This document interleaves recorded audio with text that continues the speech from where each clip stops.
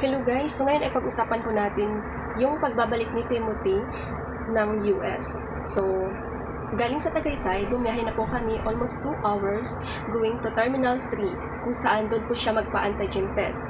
So, nakuha naman agad yung result. Only 30 minutes of waiting or more than 30 minutes. Basta madali lang po siya.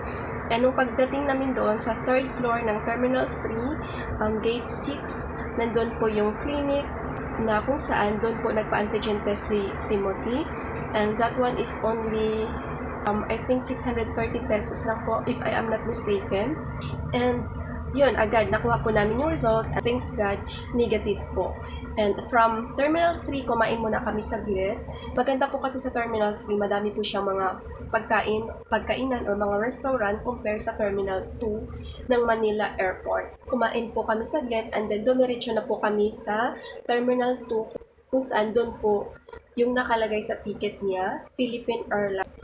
So, pagdating namin, dumiretso na po siya sa loob ng airport sa Terminal 2. So, hindi po ako allowed pumasok kasi wala po akong ticket. Only si Timothy lang po ang may flight pabalik ng US.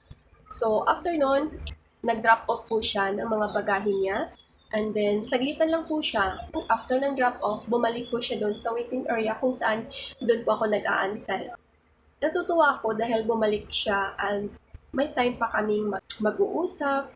Yon. So, mga ilang oras lang din, bumalik na rin uli siya sa loob dahil pupunta na po siya sa custom. Ang mga hinihingi lang naman po ng mga requirements is yung negative result ng antigen, and then yung vaccination card, hinahanap po, and also yung passport. So, yun lang po ang mga kailangan.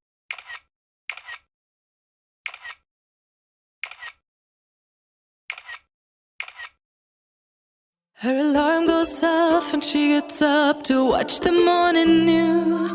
Doesn't work no more but tells a lot of stories about her youth.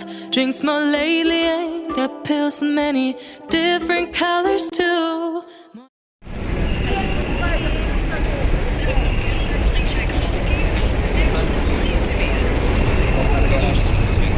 Almost time to go home at 9:55 p.m. So, going to I'll get inside at 6:30 p.m. Look at that though. So time to say back to LDR again for house for some roughly months, and I am hoping maybe going back here to visit me. You are so much welcome here to Philippines. Take our own ways. I'll miss you.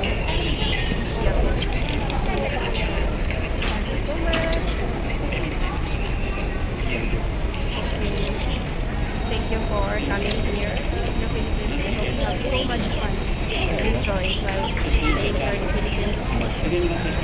Enjoy while we're together. Love you, love you. Bye. Bye for now.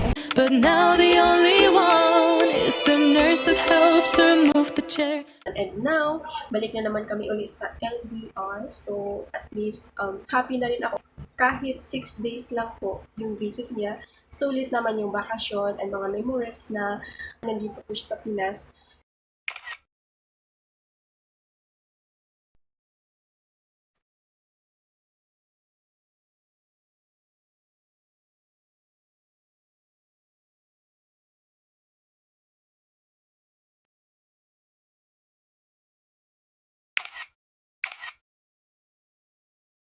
And sobrang thankful din po ako dahil bumisita siya at nakita ko siya sa personal. Sa lahat ng mga LDR dyan, huwag kayong mawalan ng pag-asa. Go lang.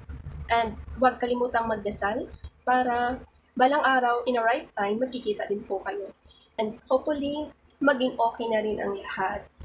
After nito, sana matapos na rin yung LDR at makapunta na rin ako doon. Thank you so much and God bless everyone. Thank you for watching my YouTube channel or our YouTube channel, Team and I. Bye-bye. God bless.